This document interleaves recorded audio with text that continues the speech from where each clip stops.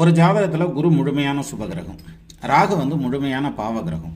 இப்போ குருவும் ராகுவும் சேருதுன்னு வச்சுக்கோங்க, எப்படி இருக்கும் அந்த ஜாதகனுடைய வாழ்க்கை அப்படின்னாக்கா பொருளாதாரத்தை கொட்டி கொடுக்கும்.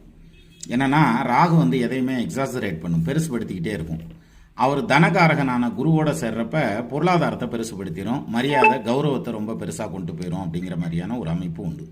ஸோ இந்த நிலையில் குரு ராகு சேர்க்கை அப்படிங்கிறது வந்து இதில் இந்த ராகு வந்து கொஞ்சம் பாசிட்டிவாக உட்காந்துருக்கணும். எப்படி ராகு நெகட்டிவாக போய் சேர்ந்துடக்கூடாது. ராகுக்கு நட்சத்திர சாரம் கொடுத்த கிரகமோ அல்லது குரு ராகு சேர்ந்திருக்கக்கூடிய அந்த ராசிக்குரிய கிரகமோ நீசமாயிடக்கூடாது.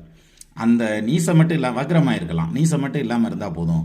மிக பிரமாதமானது ஒரு முன்னேற்றம், பொருளாதார முன்னேற்றம் நிச்சயமாக வாழ்க்கையில் ஏதாவது ஒரு சந்தர்ப்பத்தில் ஜெயிப்பான் சார், அதில் மாற்று கருத்தே கிடையாது.